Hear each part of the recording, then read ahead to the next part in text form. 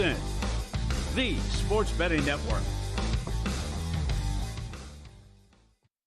This is the VSiN Morning Line on VSiN, the sports betting network.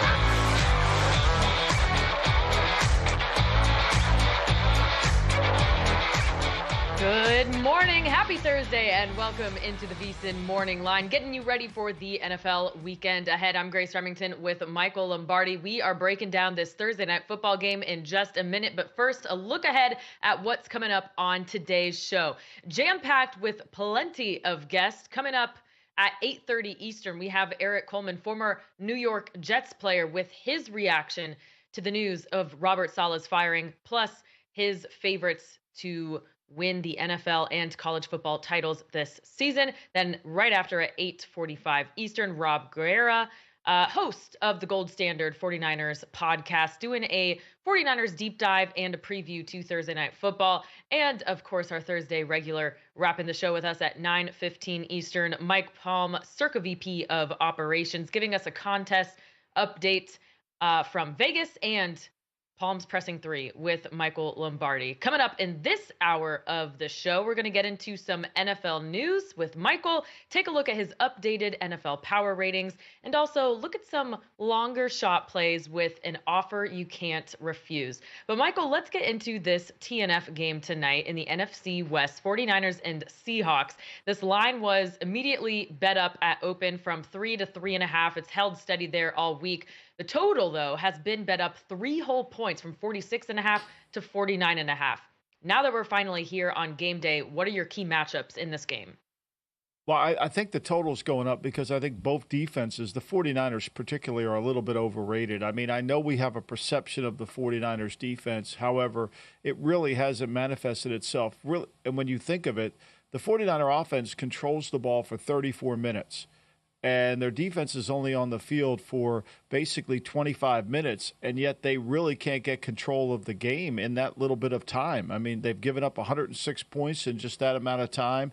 They've given up 1,500 yards. So what's really protected the 49ers so far this season is their ability to play offense. And they've got 48 more plays offensively than they do defensively, which is almost a full game. So I think Seattle, with their skill players and their ability to throw the football, Geno Smith is having, up until last week, is having probably one of his best seasons ever. He's really been very accurate. I mean, he's been able to throw the football down the field. He's got confidence in his receivers, and he's on pace to be, when you just look at his EPA numbers, his success rate and all that on first and second down, he's really good, and they've done a good job of avoiding third down. So I could see both teams moving the football, which is why, Grace, the over is coming in and the numbers moving. Seahawks coming into this game having to play 3 games in 11 days after they just played on Monday Night Football in Week 4. How do you think that schedule will impact them tonight?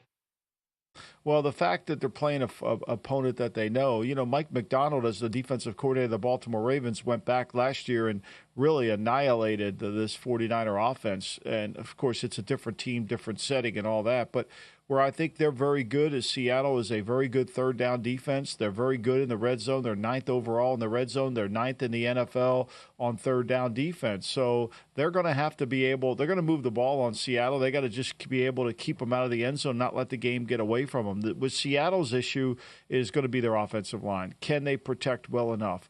Look, this 49er defense, it's kind of interesting. They've allowed more touchdown passes than they've thrown. They've had 6 touchdown passes so far this year in 5 games, and their defense has given up 7 touchdown passes. So, and the fact that teams can run the football. Here's the interesting part of the game, right? San Francisco gives up 4.7 yards a carry. Kenneth Walker is outstanding. He has not played a lot, though, this year. Kenneth Walker only has 37 carries in 5 games, partly because of his injury. He gets going. Right? If he can get going and running the football and keep that 49er offense off the field, that's going to be huge because Seattle wants to run the ball. That's what we talked about all offseason with Seattle. But they're last in the National Football League in rushing attempts. They're 7th in yards per attempt, but they don't have enough rushing attempts, and I think that's going to be the key.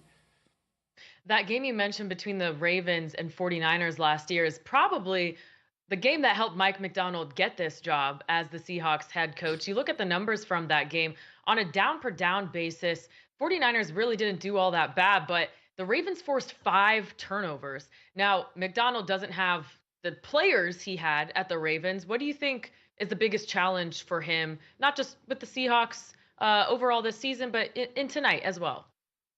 Well, I think the number one thing he knows he has to do with Kyle Shanahan is stop the run. And he's got to force Kyle Shanahan to play from behind. Right now, the 49er team, just think about this. This has never really happened before. Is, the 49ers, when you break them down, they've scored 46 points in the second half. They've scored 47 in the second quarter alone. So their second half hasn't been very good. And typically that's where Kyle Shanahan, when he has a lead in the second half, he wins those games. So if you're Mike McDonald, you want to get this game, you want to play from in front. You want to get this game into the second half where you're forcing San Francisco to get away from their run game. And then, of course, I think this is going to be a tight game. And we don't know about Matthew Wright, the new kicker who took over for Jake Moody. We don't know whether he's going to be able to make good kicks or not. So I think if you're Mike McDonald, you're trying to run the ball, control the clock, eat up time of possession, but score touchdowns and get this game into the fourth quarter where you have the lead and make San Francisco play catch up. Because San Francisco, just by their execution in the second half, only scoring 46 points in the second half in 5 games ain't going to cut it. That's why they're 2-3. Or 3-2, I'm sorry. Yeah, I was going to bring up the Niners, though, being 2-3. They could be 4-1, but they've blown 2 double-digit fourth-quarter leads against the Rams and Cardinals. You're a big fourth-quarter guy. What do they need to change in this final period of the game?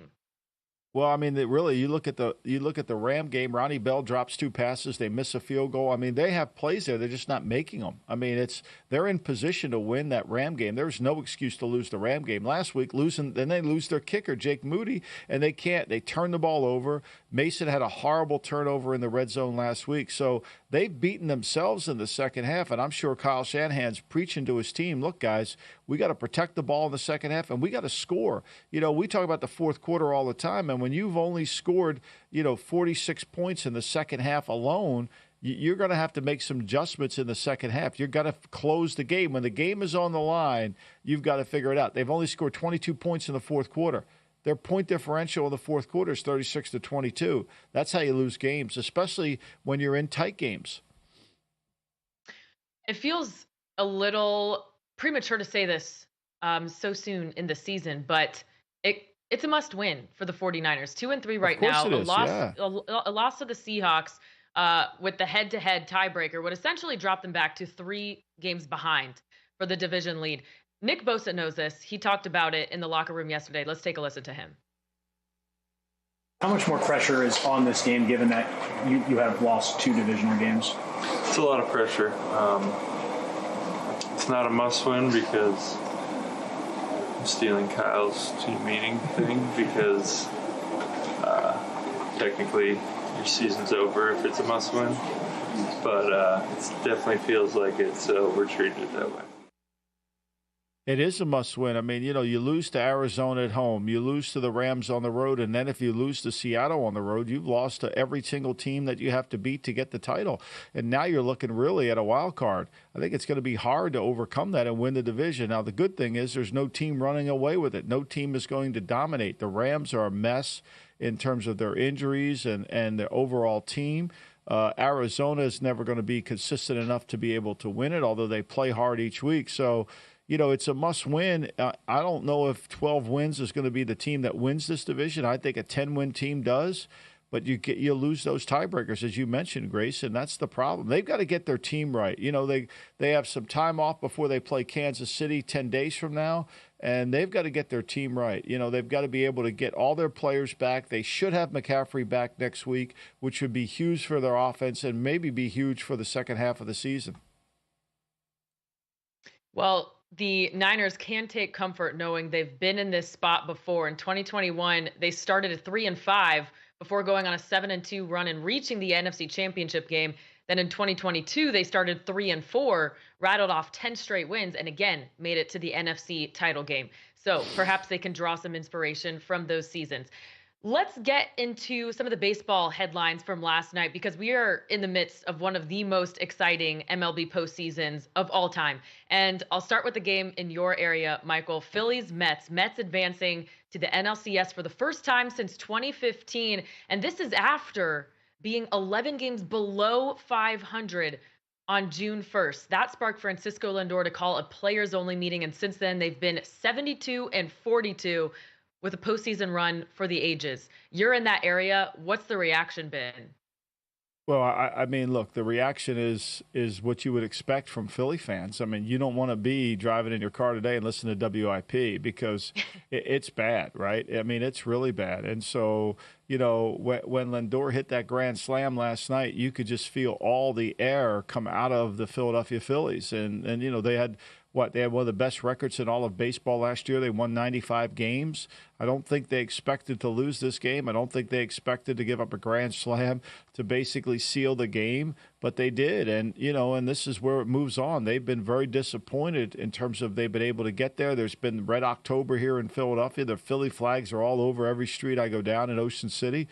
But the reality of it is the Mets are a team that seemed like they had destiny to them, and they've got good pitching, you know, out of their game, and they were able to come through this thing. So, you know, to me, it's, you know, you can't excuse it. The Mets were a team that just rallied back, and they finally found a way to win it, scoring 4 runs in the bottom of the 6th. They move on. Between the Grimace mascot and the OMG signs, they've been a really entertaining team to watch too. So exciting to see what they do next in the CS. All right, coming up next, more NFL news. Aaron Rodgers responds to the news of Robert Saleh's firing. Was he involved or wasn't he? We'll hear from him next. This is the VSiN Morning Line.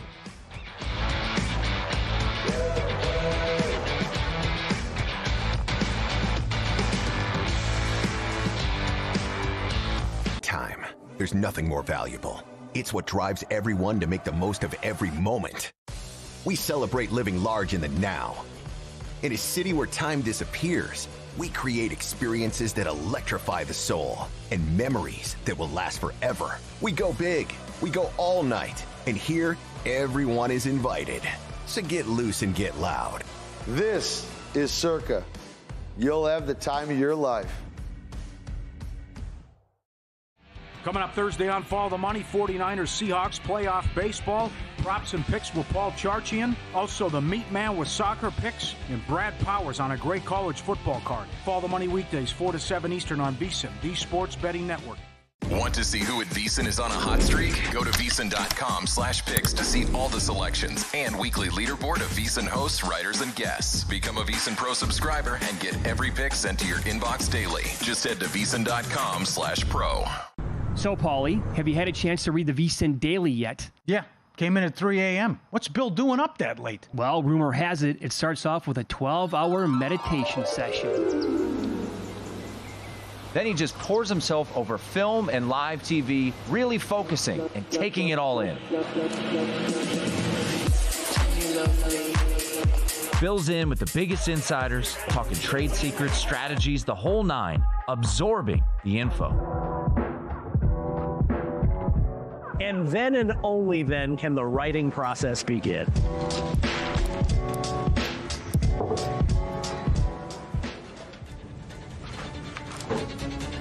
In Las Vegas, Bill's late night becomes your early morning. Wake up to the very latest betting insights in your inbox with the VSiN Daily.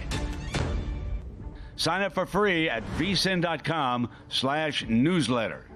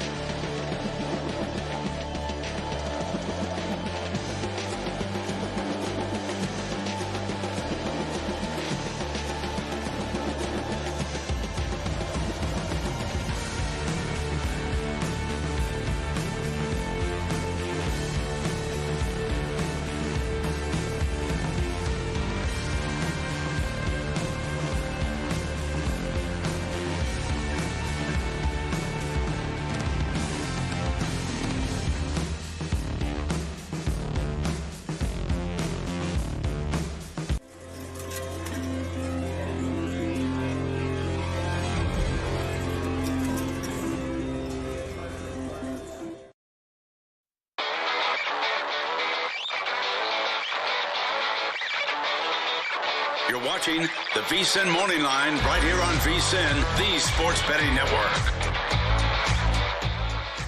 Welcome back into the VSiN Morning Line, where we are keeping you up to date with the biggest NFL headlines of the day. Now, in the wake of Robert Saleh's firing from the New York Jets, Aaron Rodgers has been adamant he did not play a role in this decision. Yesterday, he went on the Pat McAfee show and explained why he wasn't involved. Let's take a listen to the Jets quarterback.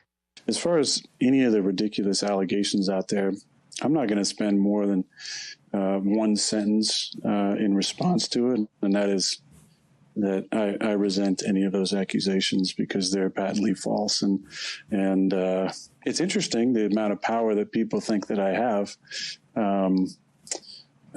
which I don't. We need as players to take accountability for what's happened. I think that's the thing that hits you too in the moment is if I'd played better on Sunday, this doesn't happen. And as somebody who takes a lot of pride in their performance, that was the main sentiment for me yesterday.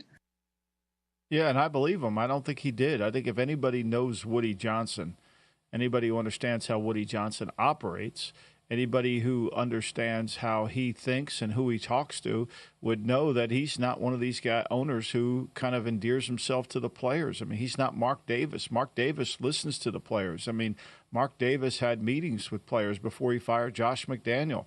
Mark Davis listened to the players when he hired Antonio Pierce. That's not Woody Johnson. Woody Johnson kind of made up his own mind. I think he saw a team that wasn't prepared. He saw a team that wasn't playing to its level. I think the Denver game had as much to do with this firing as the Minnesota loss. And certainly Rodgers is right. If he would have played better, they wouldn't have fired a coach, and they would have had more of an uptick going into this Buffalo game. But I don't see this as a player's revolt. I think each player has come out and basically has said, whether it's Garrett Wilson, whether it's Aaron Rodgers, when they get to the podium, they all say they want more accountability.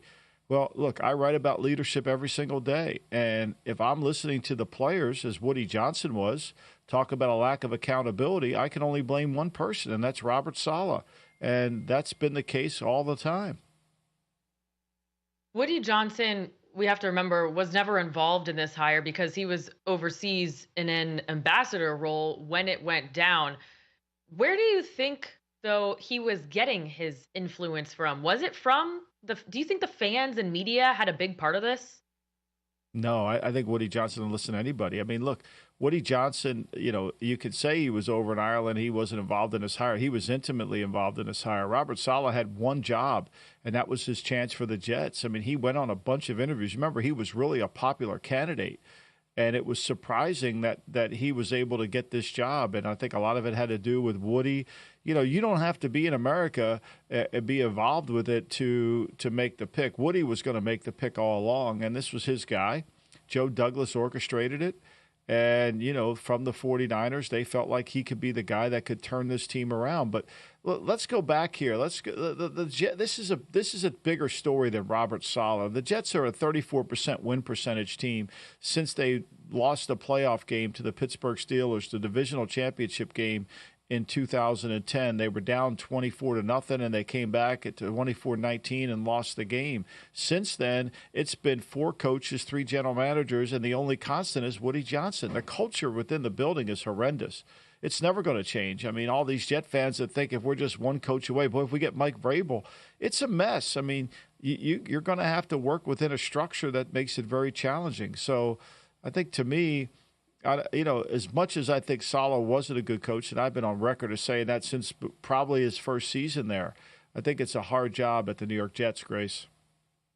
The last time the Jets fired a head coach, it was Todd Bowles, and we all kind of knew he was a dead man walking in his last season. Despite that, he actually did complete that season.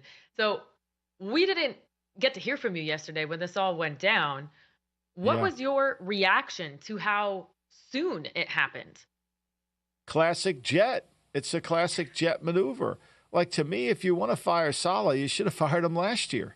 You should have rebuilt the team. You should have started this new with a new coach. You had Mike Vrabel out there. You had Bill Belichick out there. I mean, you're going to keep Robert Saleh when you got those people. But classic Jets, they don't, and now they fire him 5 games in where he still has a chance to kind of get his team back.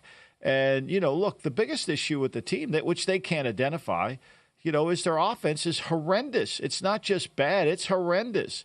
And the guy running their offense has been notoriously a bad offensive coordinator. There's just no denying Nathaniel Hackett isn't good enough.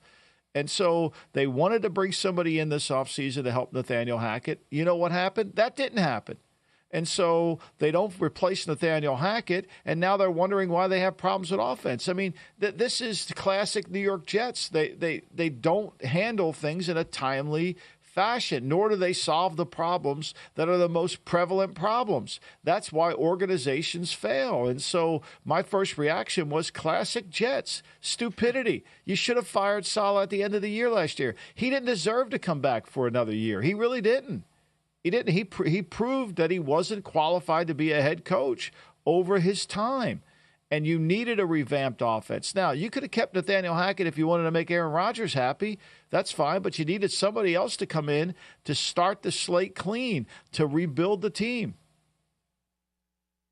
I think I saw a stat yesterday that said no team who has fired a coach mid-season has ever made the playoffs. What do you think is next for the Jets? And do your expectations of this team change with Jeff Ulbrich at the interim? Well, no, but I think Ulbrich will, now Ulbrich's got a tough job. Now he went from being the defensive play caller to now he's got to manage the game. He went from being the defensive strategist to now he's got to manage his whole team. It made it harder on him. He had his unit playing really well. And certainly I'm sure they'll continue to play well. And I'm sure he's heard all the cries about lack of accountability by his buddy Robert Saleh, who wasn't holding players accountable. But can he hold players accountable? That's the question. Are you going to be able to hold players accountable, right? I mean, Joe Douglas is sitting there. He's been there 6 years, right? He can't even get Hassan Riddick to return a phone call. I mean, Bobby Saleh and Riddick never even got a chance to say hello to one another. Think about that. And you gave up a third-round pick in 2026. I mean, that's kind of a sad commentary. So for me, I think Ulbrich has a tough job, and I think he knows he needs to replace the offensive coordinator, but they can't. So they're going to try to make Todd Dowling the play caller. We'll see how that goes. Look, it's not who's calling the plays, it's the plays. They're basic. They're vanilla. It's the strategy. It's basic. It's vanilla. This is not about Madden. We're going to call plays. This is about how do we attack the opponent. And they fall well short in their game planning. Well, speaking of game planning, they have the Bills coming up Monday night. The line in this actually hasn't changed. It's been it's been toggling back and forth between 3 and 2.5. So if anything, it has gone the Jets' way. But how do you see this game going now? Well, there's always an uptick that you're going to get from a new coach, right? The new energy, the new vibe, the players feel it. Even though he is a substitute teacher, you always feel an uptick when you get a new coach. And look, Buffalo's got to run the football. Buffalo's not an explosive offense. They're not. I mean, Keon Coleman's going to have to make plays down the field. They're going to have to rely on Cook to really make plays in the run game. And look, this Jet offensive line has got to be able to block and be physical. If you can't run the ball in Buffalo, you're going to have some real issues. So to me, I think this is a game where the Buffalo is a team that is just an average team with an incredibly great quarterback. And when he plays at a high level, when he puts the team on his shoulders like he typically will do in these situations, they're hard to play. But the Jets should be able to match up. I mean, it's going to be hard to throw the ball on the Jets. It shouldn't be hard to run the ball on the Jets. Everybody has run the ball on the Jets if you understand how to do a run game. So I think, to me, Josh Allen is going to be hard to beat. And I think the Jets are going to have to really play well, and they're going to have to be able to attack Sean McDermott's offense, which is something Sean McDermott's defense, which is something they haven't done very well. We've seen a coaching change mid-season be able to provide a spark for teams sometimes. What do you think, what kind of impact could this have on these Jets players moving forward? Well, I think they probably all like Ulbrich. I mean, there was a great clip of Saleh when he went out to go see Aaron Rodgers, and there was not even when Rodgers was hurt on the field, and Saleh didn't even go and acknowledge Rodgers. He went over and talked to the trainer. Like most coaches that walk out in the field are going to say, hey, how you doing? You okay? They're not relying on the trainer to tell them. And Saleh, I don't know what his relationship were with the players, but here's what I do know from a leadership standpoint. You can't have every player go to the podium and talk about a lack of accountability. You just can't have that. And so, to me, Albrecht heard that. I'm sure he's going to try to hold these players accountable. Yeah, excuse me. Accountability definitely became a buzzword around the Jets facility this season. All right, we got to move on. But coming up next, many more NFL headlines, including a couple quarterback changes. Minshew Mania didn't last too long in Las Vegas. What's next for them? Plus, an update from Michael Lombardi and Bill themselves on Devontae Adams. All that and more on the VSiN Morning Line.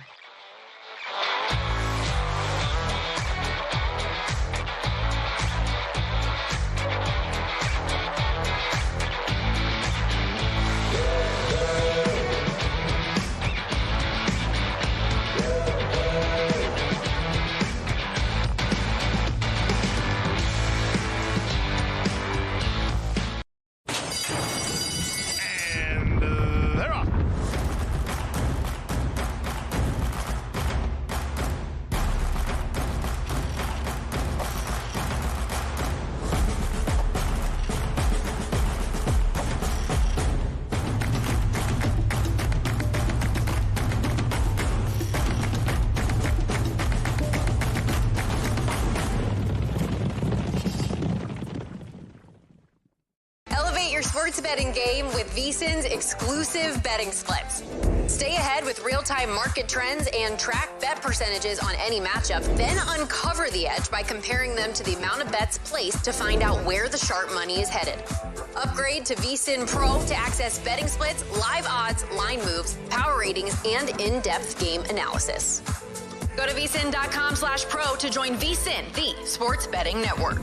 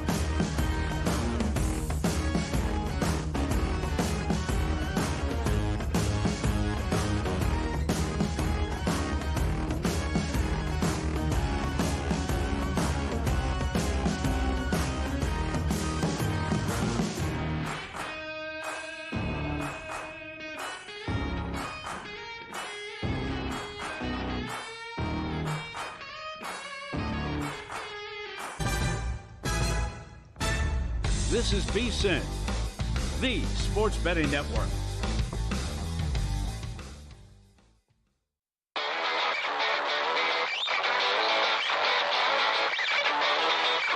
You're watching the VSiN Morning Line right here on VSiN, the Sports Betting Network.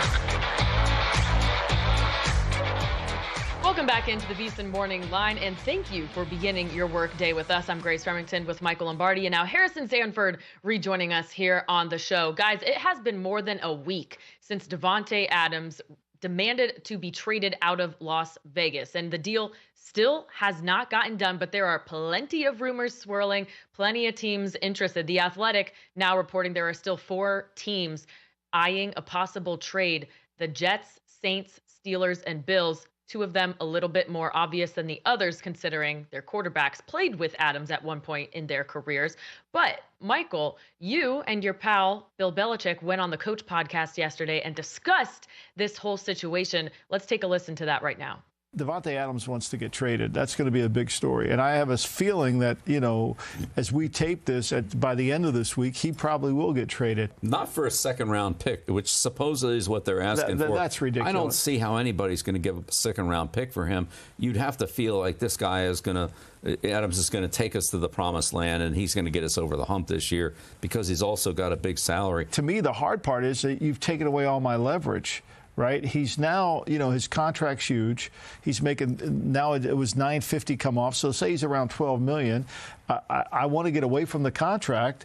The next team that wants him doesn't want the contract next year. So I think you're going to have to trade him for a conditional pick that could grow based on his productivity. Yeah, it's a tough situation. That's why if you see that storm coming and it's brewing, it's a lot better to do it earlier rather than later. And right now the Raiders are in a tough situation. They really are, but they've kind of put themselves into it. This wasn't a big secret. This storm's been brewing for a while, and the longer you put it off, it seems like the harder it is to get anything done. Yeah, we taped that on Tuesday, and Coach is right. The storm has been brewing for a while. I mean, I've been reporting that this storm's been going on since February. It's a lot to do with the new contracts that a lot of the receivers have gotten. The Raiders chose not to do anything with Davante's deal, and he was unhappy with that. I think he's been unhappy. I don't think he's happy with the quarterbacking situation, his ability to affect the offense and all those things. So it's manifested itself. But they backed themselves into a corner here because there might be 4 teams on the phone, but who's going to take on the contract, as Coach Belichick said? Who's going to give him a second-round pick? Nobody. And why would you? Why would you? And the Raiders are going to have to eat some of the contract money. So to me, this is an ongoing issue, Grace. I think that's what's going to have to keep going. I think we're just going to keep talking about it. And I don't know what Antonio Pierce has got to say about it. Well, Antonio Pierce does have something to say about it. And quite frankly, Michael, he sounds a little bit delusional. I'm not going to paraphrase it. Let's just listen to the head coach himself. Here's what Antonio Pierce said about Adams' status with the team. Well, the update, Davante's doing well.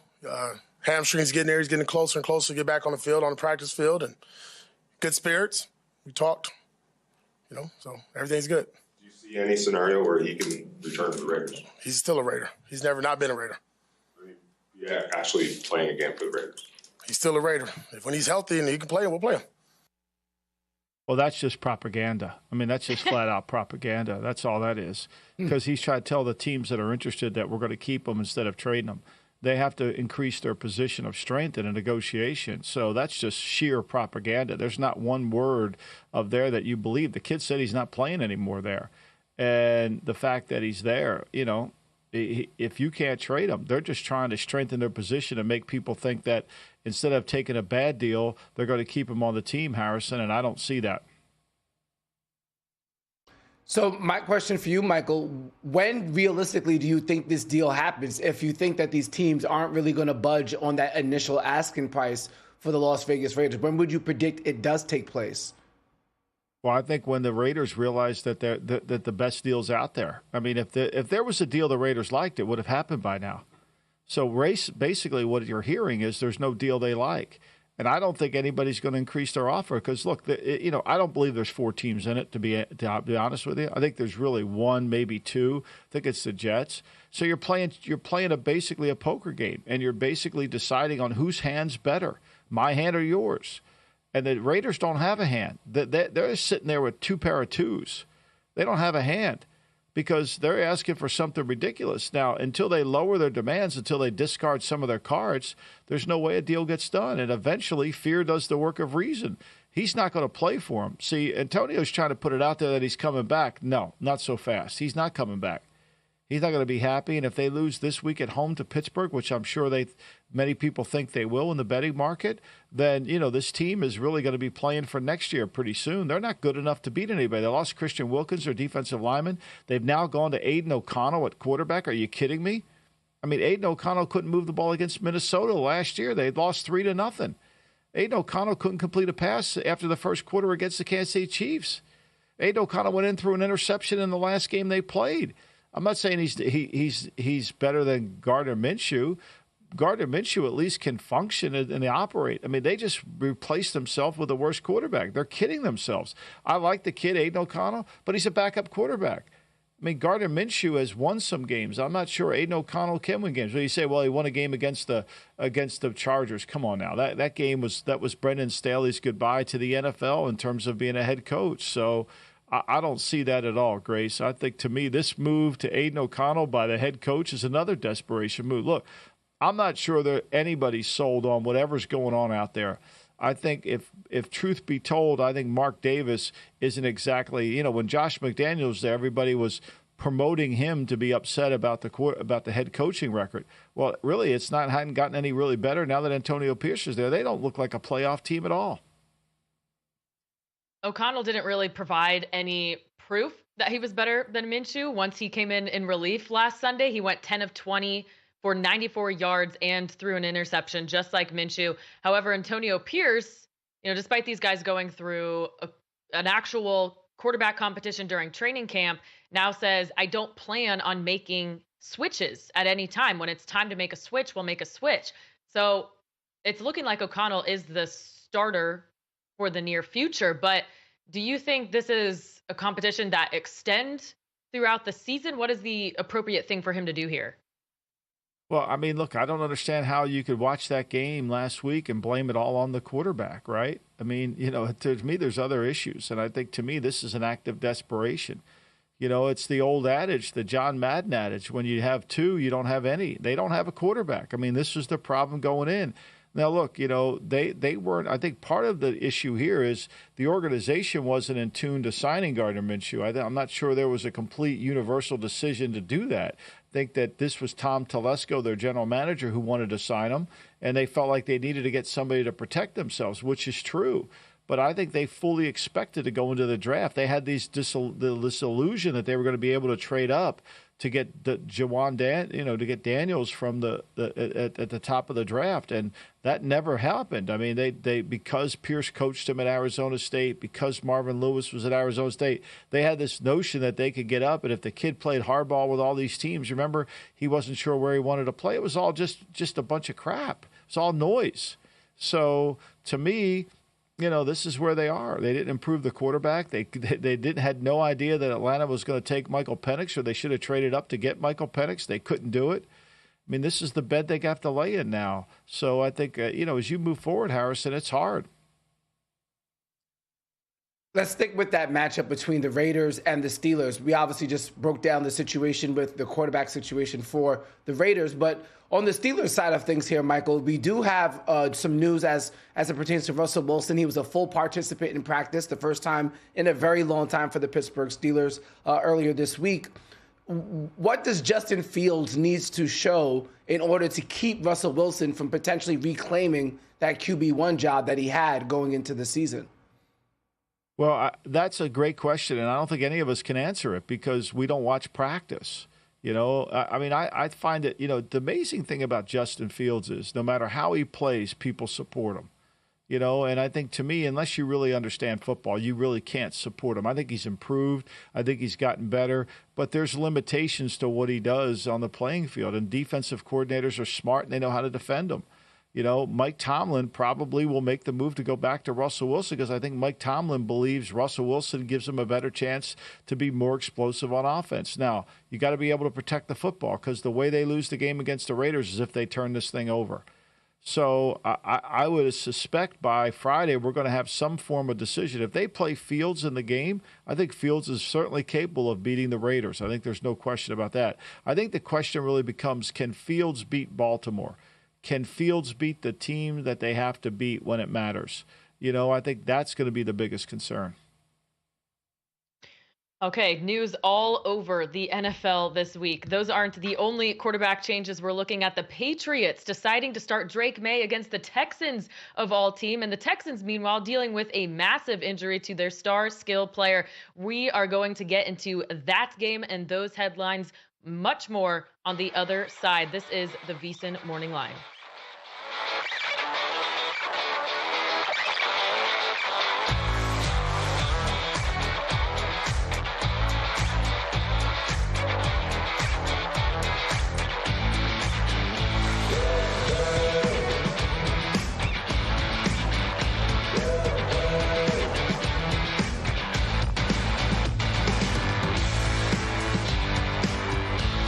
In the heart of downtown Las Vegas, a sports oasis awaits. Stadium Swim, the ultimate outdoor amphitheater, built for the ultimate sports fan, with a colossal screen that brings the game closer than ever. Reserve a daybed, private cabana, or lounge in the center of it all. 6 pools to dive into as the game heats up. And the best part, there's never an off-season. Open 365 days a year. Stadium Swim, it's always spectator season. Wake up with Michael Lombardi, Grace Remington, and Harrison Samford on the VSiN Morning Line. I will say this. I told Brian Daboll the minute he went there, you got to get a quarterback. I don't know one thing that Jacksonville does well, and so I'm not going to make a bet with a team that doesn't do anything well. They'll cover all the top scores and stories from the night before, keep you up to date on the news impacting betting lines, plus give you their picks for the upcoming action. The VSiN Morning Line, weekdays at 7 a.m. Eastern, right here on VSiN, the sports betting network.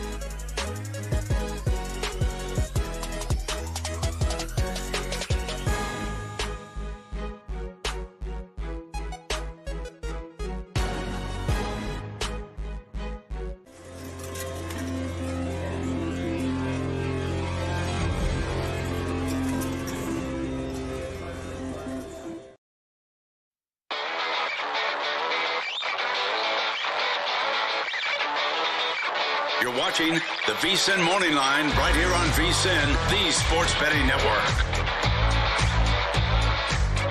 Put the VSiN experts to work for you this football season and start betting smarter with a VSiN Pro subscription. Sign up on a VSiN Pro annual subscription today and get your first year for only $199. All you have to do is use the promo code VML. You'll get full access to everything we do, including daily best bets, top-rated betting systems, 24/7 video access, betting splits to show you where the money and bets are moving for every game, plus our all-new NBA betting guide, which drops today. Remember to use the promo code VML to get your first year of VSiN Pro access for just $199. You can sign up today at VSiN.com/subscribe. That's VSIN.com/subscribe. Let's get back into the NFL news here on the VSiN Morning Line. More quarterback news. The Patriots and Gerard Mayo have announced that Drake Maye will officially be the starter. They're moving on from Jacoby Brissett. Questionable decision, especially considering it's coming against the Texans and their vaunted defense. Let's take a listen to the Patriots head coach and what went into this decision. Drake gives us the best chance to win now and going forward. He's been he's been getting better every single week. As I said before, at the end of training camp, he actually was trending, at a very high rate.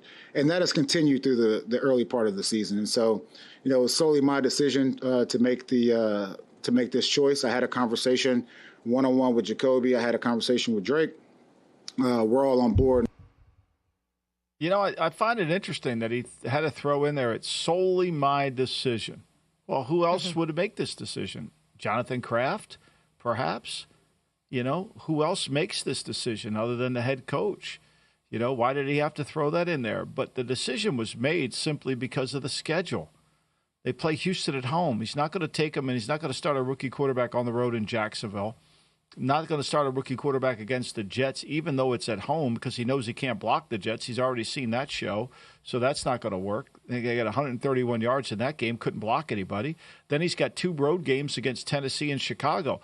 That ain't going to be where he starts them, so it's now or never. And I also think that Jaden Daniels' problem in Washington, where he's been so good, and Caleb Williams has started to play so well in the last 2 weeks, granted against different level of competition, I think that motivated this organizational decision. Because I think, certainly Drake Maye has got to go out there, and how worse could he be than when you look at what they've done? I mean, they haven't thrown for more than 150 yards in any game. They haven't thrown for 150 yards in a game. Against the Jets, they threw for a staggering 61 yards. So they haven't thrown for 150 yards in any game.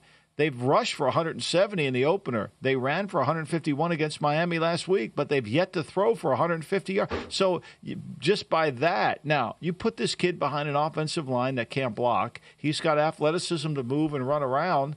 I think it's probably the right thing to do at this point, but it was the only chance he had to do it.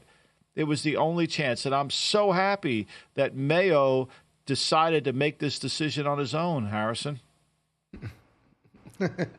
It definitely that definitely brings up some questions on if it really was Mayo just himself. I think a lot of the questions, and Michael, you alluded to, a lot of the questions around this decision is because of the status of the offensive line for the New England Patriots. And even according to PFF right now, they're grading out as the worst unit. In fact, Patriots center Nick Leverett led up 11 pressures in Week 5 against the Miami Dolphins, which is actually the most given up in a single game by a center over the past 4 seasons. And I saw that stat, Michael, and it made me think.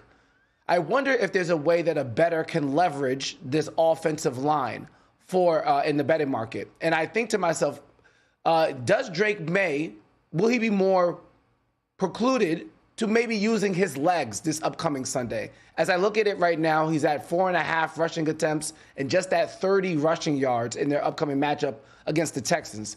I want to feel like, Michael, there's a chance where Drake Maye gets on his 2 legs and runs a lot because of the pressure that his offensive line gives up. Your thoughts on maybe Drake Maye in the betting market rushing attempts? Well, I think he's going to have a lot of rushing attempts. But let's just use tonight's game as a landscape on what's going on. Geno Smith has accounted for 146 yards rushing in the Seattle offense with 20 carries. and basically they average 5 yards a carry when you add his 146 in there. When you take that out, they average 381 yards on 85 carries. So he's got a bulk of the carries. I mean, Walker only has 37 carries, and Geno's got 20. So that is the landscape. And why am I using Seattle to answer your question about New England? Because Seattle's offensive line is a little bit better than New England's offensive line. It's not much, but it's a little bit better.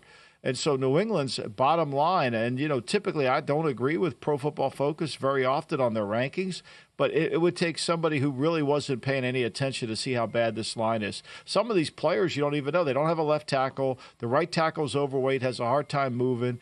It's been really challenging, and I think Maye is going to be under a lot of pressure. And this is the wrong team to play against in terms of dealing with it because they are up the field. They're swimmers. They go upfield. They use swim moves. You got to block them inside out. You got to block Anderson. You got to block Danielle Hunter on the edges. Hard to do. This doesn't match up well. They're going to have to beat a lot of two tight ends. They're going to have to protect them. They're going to have to try to find a way to run the ball. And here's the biggest question mark of the game. If Drake Maye has to play from behind, then all of a sudden it's going to be hunting season for the Houston Texans. So, Grace, it's a hard game. He's going to give him a little bit more in the run game. I agree with Harrison, but it's going to be a hard game, and he's also going to turn the ball over because he's going to try to make plays. Michael, you mentioned you wouldn't want to start the rookie quarterback in the London game against the Jags. You wouldn't want to start him against the Jets. Why not last week at home against the Dolphins? A good call. I mean, yeah, to me, if he was trending in the right direction and it was Mayo's decision, why not? Why not start him against the team that struggles to rush the passer? Why not start him against the defense, right? Would have been the right opportunity. But obviously, I think the Jaden Daniels situation in Washington, the Caleb Williams situation is now basically where the Patriots front office, and look, let's be clear, there's not one person making any decisions here, right? This is really a Jonathan Kraft, Robin Glazer. It's a group think. That's what they wanted. That's what they preached about when they let Coach Belichick leave. They wanted a more collaborative, a more friendly organization. And I'm sure Elliott Wolf has a lot to say in this decision as well. But don't think this is just, Mayo walked in and said, I'm starting the quarterback. I mean, that's just not going to happen. That's not how they've talked about how they're going to work. And I agree, last week would have been a better week to do it, but they didn't. And, Brissett's not as bad as he looks, but he is bad when he's gotten hit so much. I mean, the guy deserves a Purple Heart. Yeah, jeez. Well, the Texans could also be at a disadvantage here because their star wide receiver out for this game and much longer. Nico Collins with a hamstring has officially been placed on the injured reserve, which means he will miss at least 4 games. How does that impact the way Houston runs their offense? Well, I mean, look, it really affects him in terms of the confidence that he has, that C.J. Stroud has in him and their ability to strike down the field. I mean, you take away your big play component, I think it puts a lot of pressure on Tank Dell. The receiver that they haven't gotten a lot of play out of is John Mechie. They drafted him. They thought he could be a first-round type player. They haven't. Robert Woods has got to be one of the most expensive backups in all of football. And so they've got receivers on this team to fill in. But I think, to me, the confidence and the connectivity between C.J. Stroud and Nico Collins is something that's hard to replace. And they're going to have to do a better job of running the football. Mixon hasn't been healthy since he got his ankle sprained. Dameon Pierce isn't healthy. So this is a tough thing. And this front for New England is fairly physical, and they're tough to go. They're tough to run the ball on. So I think, to me, this is the challenge. They've got to find some way to be better on third down, Houston. They've got to find some way to get a running game going with some level of consistency, and they've got to find that big strike ability. They've got to find a way to replace it in their offense. Actually, as you look at the Houston Texans going into this game, Michael, what would you how would you approach this game from an offensive standpoint, considering the fact that Nico Collins isn't there and Joe Mixon is potentially coming back from injury? Would you maybe give him a full workload, or would you still consider guys like Cam Akers maybe more of a heavier workload because of the injury that Mixon is coming off of? Well, look, this team's third in the National Football League in passing attempts. I mean, they throw the football. That's what they do. They're first in yards in passing. They throw the ball. That's what they want to do. They kid you in thinking they want to run it. They're only 20th in rushing attempts. They only run it so it sets up their play-action pass package. I mean, and then they've got to do a much better job of getting the ball into the red zone. Look, when you play this team, the New England Patriots, you got to make them play from behind. The first quarter is the key to the game, right? The first quarter is the key to the game, because if you score 14 points, you go up 10-0, and Drake Maye can't hand the ball off to Gibson or to Stevenson, then it's a real issue. So I think, to me, that this is a passing team, and they're going to have to do a good job of blocking Kenyon White. They're going to have to do a good job of blocking Josh Uche, and if they do that, they'll make plays. New England a 7-point home dog in this game. Coming up next, we are resetting at the top of the hour with news or noise, including Shane Beamer. He has had enough of this Ole Miss injury scheme. You're watching the VSiN Morning Line.